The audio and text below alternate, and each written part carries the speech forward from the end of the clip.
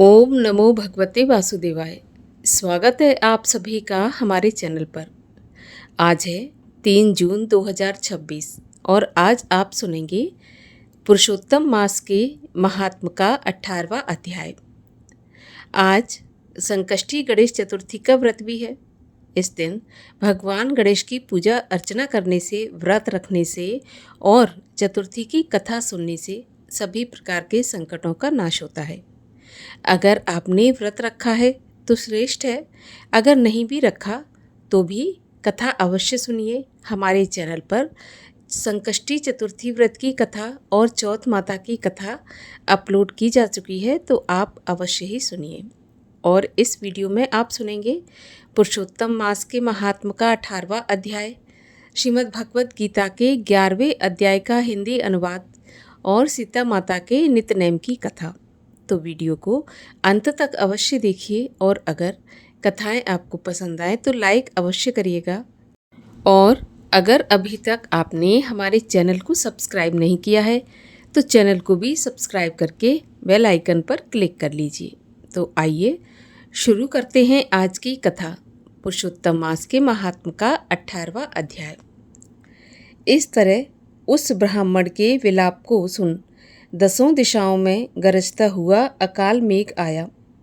उस मेघ से पर्वतों का कंपायमान करते हुए, तीक्ष्ण स्पर्श करते हुए बड़े वेग से वायु चलने लगी और अत्यंत जोर से महाबिजली चमकने लगी और मेघ शब्द से चारों दिशाएं पूरित हो गईं। इस तरह 1 मास तक ऐसा जल बरसा कि सारी पृथ्वी जल से भर गई, परंतु पुत्र शोक की अग्नि से तपे हुए उस ब्राह्मण को कुछ भी मालूम नहीं पड़ा। न उसने पानी पिया, न भोजन किया।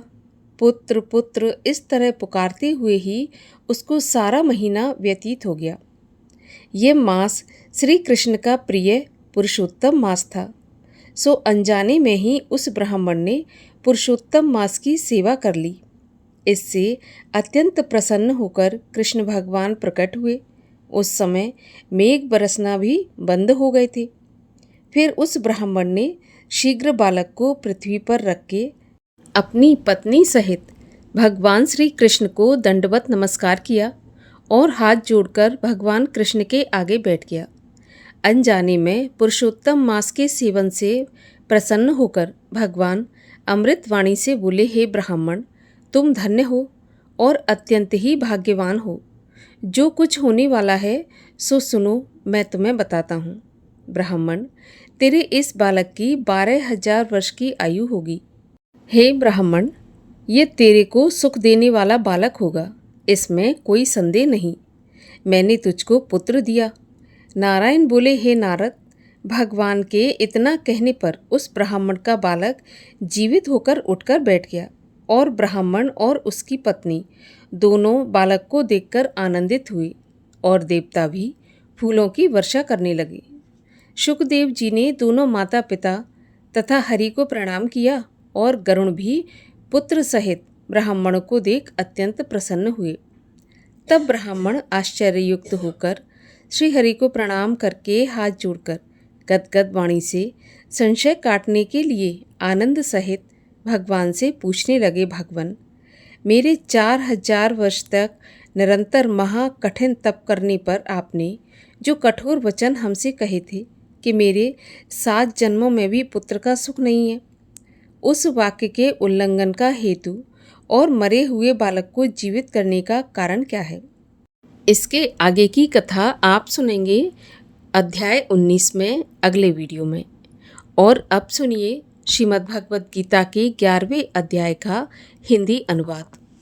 अर्जुन बोले, हे भगवान, मुझ पर कृपा करके अत्यंत गुप्त आध्यात्म विषयक वचन जो आपने कहे उनसे मेरा मोह दूर हो गया।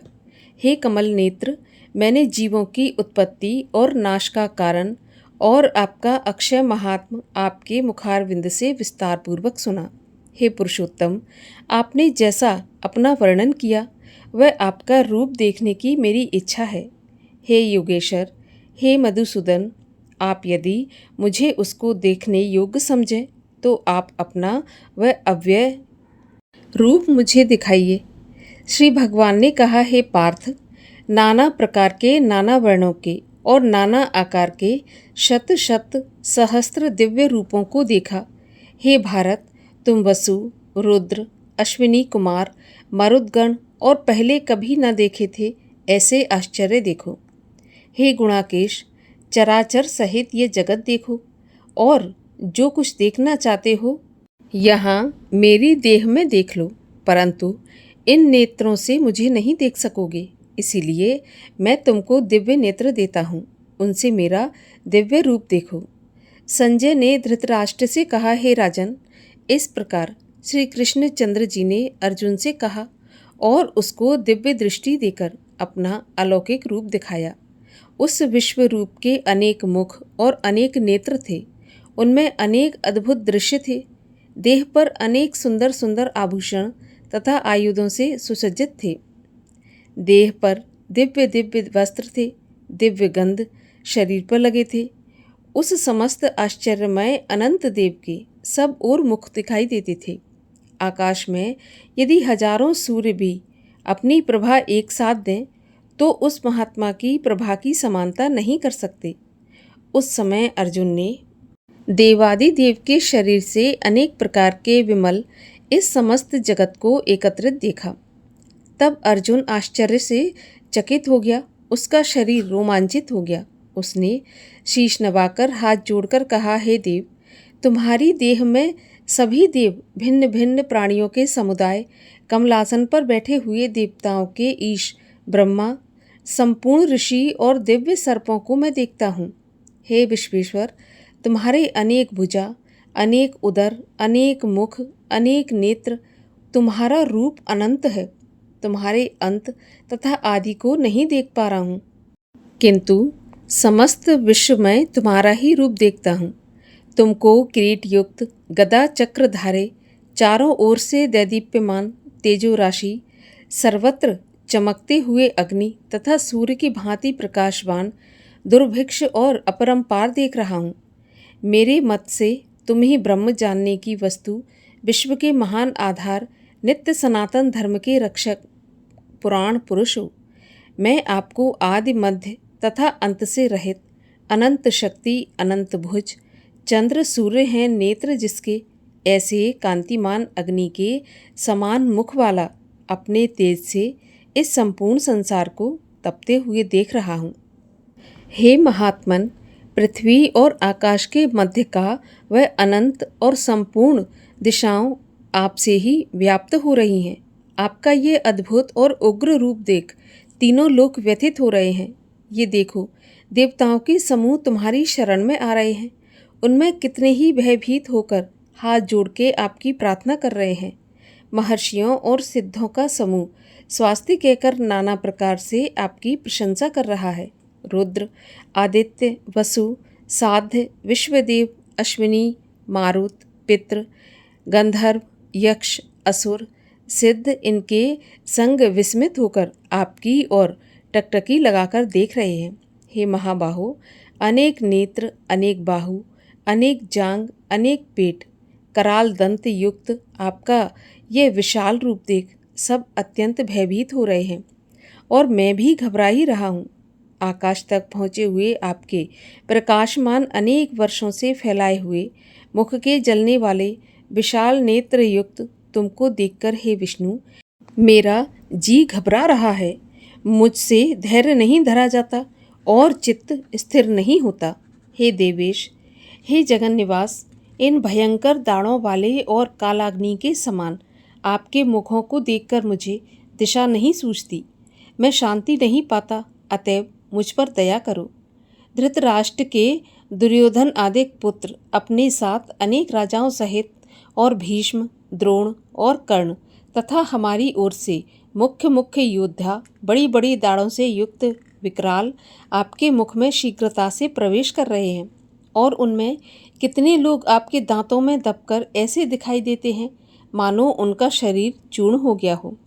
ऐसे जैसे नदियों की अनेक जलधाराएं जब समुद्र की ओर बहती हैं, वैसे ही ये मनुष्य लोक के वीर आपके प्रज्वलित मुखों में प्रवेश कर रहे हैं। अग्नि में पतंगे जैसे गिरते हैं, ये सब लोग भी अपने नाश के लिए आपके मुख में बड़ी तेजी से प्रवेश कर रहे हैं। हे विष्णु, जलते हुए मुखों के चारों ओर से सब वीरों को निगलकर आप जीभ से चाट रहे हैं। आपकी तीक्ष्ण प्रभाएं समस्त संसार को तेज से व्याप्त कर तृप्त कर रही हैं। ये भयानक रूपधारी कौन है, यह मुझसे कहो। हे देववर, आपको नमस्कार है। मुझ पर आप प्रसन्न हो जाओ। हे जगतकर्ता, आदि पुरुष, आपको जानने की मैं इच्छा रखता हूँ, क्योंकि आपकी यह प्रवृत्ति मेरी समझ में नहीं आती। श्री भगवान बोले, संसार का नाश करने वाला मैं उग्रकाल हूँ। समस्त जनों का संहार करने के लिए आया हूँ।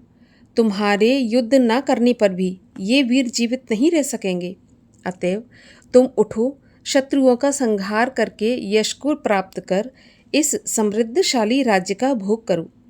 हे सव्यसाचन, उनको मैंने पहले ही मार रखा है। तुम तो केवल निमित्त मात्र हो जाओ। मेरे मारे हुए द्रोण, भीष्म, जयद्रथ, कर्ण और अनन्य योद्धाओं को मारो। घबराओ मत, युद्ध करो। तुम संग्राम में शत्रुओं पर जीत प्राप्त करोगे।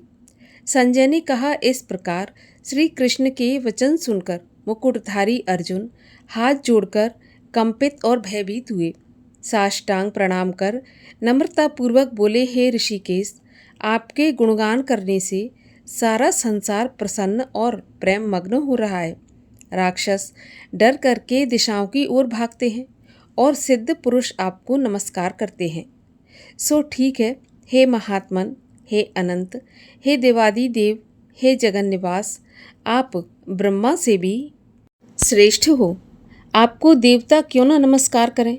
व्यक्त भी आप हो, अव्यक्त भी आप हो, और इन दोनों से परे अक्षर भी आप हो।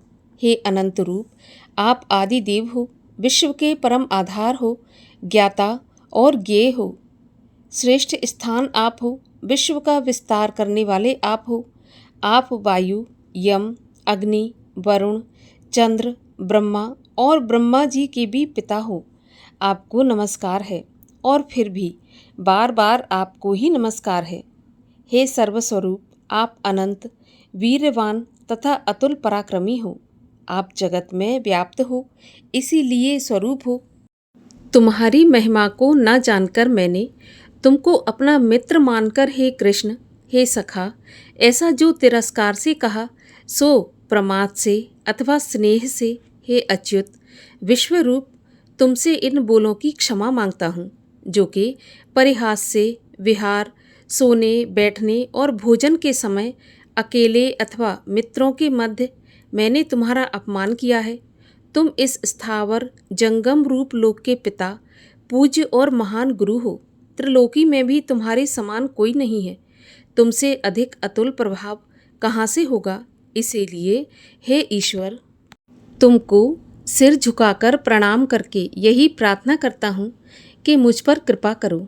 हे देव, जैसे पिता पुत्र के, मित्र मित्र के और प्रिय प्रिय के अपराधों को क्षमा करता है, वैसे ही तुम मेरे अपराध को क्षमा करो। हे देव, जो पहले कभी नहीं देखा ऐसा आपका रूप देखकर मैं प्रसन्न हूँ, और भय से मेरा मन व्याकुल है। इसीलिए वही पहले वाला रूप मुझे दिखाओ, और हे देवेश, आप प्रसन्न हो जाओ।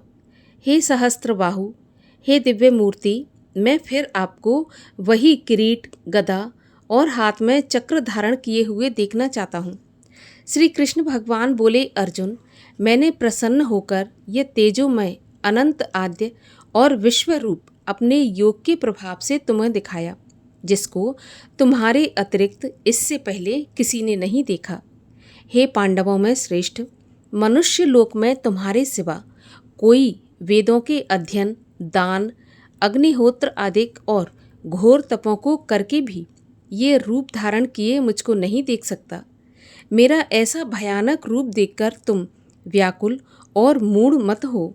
भय त्याग प्रसन्न चित्त होकर फिर तुम मेरा वही रूप देखो।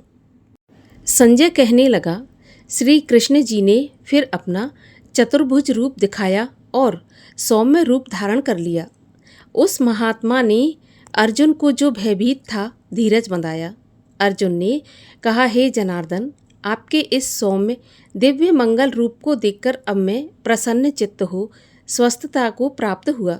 भगवान श्री कृष्ण बोले, अर्जुन, मेरा यह विश्व रूप तुमने देखा है, इसका दर्शन संभव नहीं है। देवता भी इस रूप के दर्शन की आकांक्षा करते हैं। हे अर्जुन, जैसे मेरा रूप तुमने देखा है, ऐसे रूप को वेद अध्ययन, तप, दान और यज्ञ आदि कर्म द्वारा देखना असंभव है। हे अर्जुन, हे परंतप, मेरा जो विश्व रूप है, इसको मनुष्य अनंत भक्ति द्वारा जान सकते हैं और तत्व ज्ञान द्वारा इसमें लीन हो सकते हैं। हे अर्जुन, जो कोई मनुष्य मेरी ही भक्ति के लिए कर्म करते हैं, मुझको ही सर्वोत्तम मानते हैं, मुझ में ही भक्ति रखते हैं, ये सांसारिक सुखों से मुख मोड़ चुके हैं, संपूर्ण प्राणी मात्र से बैर त्याग चुके हैं, वे ही मुझको प्राप्त हो सकते हैं। अब इस 18वें अध्याय का महात्म्य सुनिए, जो कि भगवान नारायण लक्ष्मी जी को सुनाते हुए कहते हैं, हे लक्ष्मी, अब इस 11वें अध्याय का महात्म्य सुनिए। तुंगभद्र नाम का एक नगर था, जिसके राजा का नाम था सुखानंद। वह भगवान लक्ष्मी नारायण की सेवा बहुत किया करता था। वहाँ पर एक बड़ा विद्वान पंडित भी रहता था और वह ब्राह्मण भी नित्य गीता जी के 11वें अध्याय का पाठ करता था और राजा भी वहाँ नित्य लक्ष्मी नारायण की सेवा करता था और पाठ भी नित्य श्रवण करता था। ऐसा करते करते बहुत काल व्यतीत हो गया। एक दिन राजा अपने घर आया। उस दिन बहुत सारे महंत घूमते फिरते राजा के नगर में आए। उन महंतों ने राजा से रुकने के लिए एक जगह मांगी, तो राजा ने अपने यहाँ पर पड़ी हुई बड़ी हवेली को खुलवा दिया। जहाँ पर वे महंत उतरे तो राजा ने उन्हें भोजन की कच्ची सामग्री दी। महंतों ने भोजन बनाया और भोजन पाकर बड़े ही प्रसन्न हुए। राजा अमृत लेकर उनके दर्शनों के लिए बड़ी हवेली पहुंचा। राजा का बेटा भी उसके साथ था और कई नौकर चाकर भी साथ में थे। राजा उस हवेली में आया और जो महंत था उनके साथ बातचीत करने लगा और राजा का पुत्र वहीं पर खेलने लगा। उसी हवेली में एक प्रेत भी रहा करता था। जब उस प्रेत ने राजा के पुत्र को खेलते देखा तो उस पर हमला कर दिया और उसे मार डाला। जब ये नौकरों ने देखा तो उन्होंने सारी खबर राजा को करी। राजा यद्यपि सेवा करता और कथा श्रवण करता था, लेकिन पुत्र मोह में राजा के मन में दुर्बुद्धि आ गई। राजा कहने लगा, हे संत महाराज जी, आपका दर्शन तो हमें बहुत ज़्यादा फला है। ऐसा कहकर तंज कसने लगा। एक पुत्र था, सो वो भी प्रेत ने मार दिया। तब ब्राह्मण कहने लगा कि राजा जी, चलो देखें तो कहाँ है तुम्हारा पुत्र जो मार दिया प्रेत ने। अब तो राजा, ब्राह्मण और महंत वहाँ आए जहाँ पर राजकुमार मरा पड़ा था। तब ब्राह्मण ने कहा, अरे ओ प्रेत, तू कहाँ है? तू इस लड़के को फिर से जीवित कर दे, इस पर कृपा दृष्टि कर। जो ये लड़का जी उठेगा तो मैं तुझे गीता जी के 11वें अध्याय का पाठ सुनाऊंगा। उसे तू श्रवण करना तो तेरा कल्याण होगा और तू इस प्रेत योनि से छूट जाएगा। ब्राह्मण ने गीता के 11वें अध्याय का पाठ किया और प्रेत पर जल छिड़का। तभी तत्काल प्रेत की योनि से छूटकर वह देवदेह पा गया और राजा का पुत्र उठकर खड़ा हो गया। तभी स्वर्ग से एक विमान उतरा और उसे बिठाकर स्वर्गलोक को ले गया। नारायण कहते हैं, हे लक्ष्मी, जो कोई भी श्री गीता जी के 11वें अध्याय का पाठ करता है या सुनता है, वो इस लोक में सभी सुख भोग कर अंत में मेरे धाम वैकुंठ में आता है। बोलिए श्रीमद् भगवत गीता की जय। भगवान श्री कृष्ण की जय। और अब सुनिए सीता नित नेम की कथा। इसको रोज सुनने से सीता माता प्रसन्न होती हैं, भगवान श्री राम की कृपा प्राप्त होती है और अन्न धन के भंडार सदा भरे रहते हैं। ये कहानी माता सीता कहती थीं और श्री राम इसे सुना करते थे। एक दिन श्री राम भगवान को किसी काम के लिए बाहर जाना पड़ गया तो सीता माता कहने लगी कि भगवान, मेरा तो 12 वर्ष का नित्य नियम है। अब आप बाहर जाएंगे तो मैं अपनी कहानी किसे सुनाऊंगी। तब श्री राम बोले कि तुम कुएं की पाल पर जाकर बैठ जाना और वहाँ जो औरतें पानी भरने आएंगी उन्हें अपनी कहानी सुना देना। अब तो माता सीता कुएं की पाल पर जाकर बैठ जाती हैं। तभी वहाँ पर एक स्त्री आई। उसने रेशम जरी की साड़ी पहन रखी थी और सोने का घड़ा ले रखा था। सीता माता उसे देखकर कहती हैं, बहन, मेरा 12 वर्ष का नित्यनेम सुन लो। लेकिन वह स्त्री बोली, मैं तुम्हारा नित्यनेम सुनूंगी तो मुझे घर जाने में देर हो जाएगी और मेरी सास मुझसे लड़ेगी। ऐसा कहकर उसने कहानी नहीं सुनी और घर चली गई। घर जाते ही उसकी रेशम जरी की साड़ी फट गई और सोने का घड़ा मिट्टी के घड़े में बदल गया। जब सास ने देखा तो पूछा कि ये किसका दोष अपने सिर पर लेकर आई है। तो बहू कहने लगी कि माँ जी, कुएं पर एक औरत बैठी थी। उसने कहानी सुनने के लिए कहा, लेकिन मैंने कहानी नहीं सुनी, उसी का ये फल मिला है। बहू की बात सुनकर अगले दिन सास वही साड़ी और घड़ा लेकर कुएं की पाल पर गई। सास को वहाँ पर सीता माता बैठी मिली तो माता सीता ने कहा कि बहन, मेरी कहानी सुन लीजिए। तो सास बोली, एक बार तो छोड़ो, मैं तो 4 बार कहानी सुन लूँगी। जब माता सीता ने ऐसा सुना तो अपनी कहानी कहना शुरू कर दी। राम आए लक्ष्मण आए, देश के पुजारी आए, नित नेम का नेम लाए, आओ राम बैठो राम, तपी रसोई जियो राम, माखन मिश्री खाओ राम, दूध बताशा पियो राम, सूत के पलका मोठो राम, शाल दुशाला पोठो राम, शाल दुशाला ओढ़ो राम, जब बोलूं तब राम ही राम, राम सवारे सबके काम, खाली घर भंडार भरेंगे, सबका बेड़ा पार करेंगे, श्री राम जय जय राम, श्री राम जय जय राम। सास बोली, बहन, कहानी तो बहुत अच्छी लगी। कहानी सुनकर सास अपने घर चली गई। तभी उसकी साड़ी फिर से रेशम जरी की बन गई। मिट्टी का घड़ा फिर से सोने के घड़े में बदल गया। बहू कहने लगी, सासू माँ, आपने ये सब कैसे किया? तब सास ने कहा, बहू, तू दोष लगाकर आई थी और मैं अब दोष उतार कर आ रही हूँ। तो बहू ने फिर पूछा कि वह कुएं वाली स्त्री कौन है? तब सास बोली, वे सीता माता थीं। वे पुराने से नया कर देती हैं, खाली घर में भंडार भर देती हैं, लक्ष्मी जी का वास घर में करा देती हैं, इंसान की जो भी इच्छा हो उसे पूरा कर देती हैं। बहू बोली कि ऐसी कहानी मुझे भी सुना दो। तो सास कहने लगी, ठीक है, तुम भी कहानी सुन लो। और सास ने कहानी कहनी शुरू कर दी। राम आए लक्ष्मण आए, देश के पुजारी आए, नित्य नेम का नेम लाए, आओ राम बैठो राम, तपी रसोई जियो राम, माखन मिश्री खाओ राम, दूध बताशा पियो राम, सूत के पलका मोठो राम, शाल दुशाला पोठो राम, शाल दुशाला ओढ़ो राम, जब बोलूं जब राम ही राम, राम सवारे सबके काम, खाली घर भंडार भरेंगे, सबका बेड़ा पार करेंगे, श्री राम जय जय राम। कहानी सुनकर बहू बोली, माँ जी, कहानी तो बहुत अच्छी है। तब सास ने कहा, तो ठीक है, इस कहानी को हम रोज कहा करेंगे। अब तो सास बहू रोज सवेरे उठती, नहाती धोती और पूजा करने के बाद नित्यनेम की सीता माता की कहानी कहती। एक दिन उनके वहाँ एक पड़ोस की औरत आई और बोली, बहन, जरा सी आँच देना। तो वह बोली कि आँच तो अभी हमने जलाई नहीं। तो पड़ोसन कहने लगी, तो फिर तुम सुबह 4 बजे से उठकर क्या कर रही हो? फिर उन्होंने कहा कि सुबह उठकर हम पूजा करते हैं, फिर सीता माता की नित्यनेम की कहानी कहते हैं। तब पड़ोसन बोली कि सीता माता की नित्यनेम की कहानी कौन सी है और इसके कहने से तुम्हें क्या फल मिला? तो वे बोली, इनकी कहानी कहने से घर में भंडार भर जाते हैं, सारे काम सिद्ध होते हैं, मन की इच्छा भी पूरी होती है। पड़ोसन बोली कि बहन, ऐसी कहानी मुझे भी सुना दो। फिर वह बोली कि ठीक है, तुम भी ये कहानी सुन लो।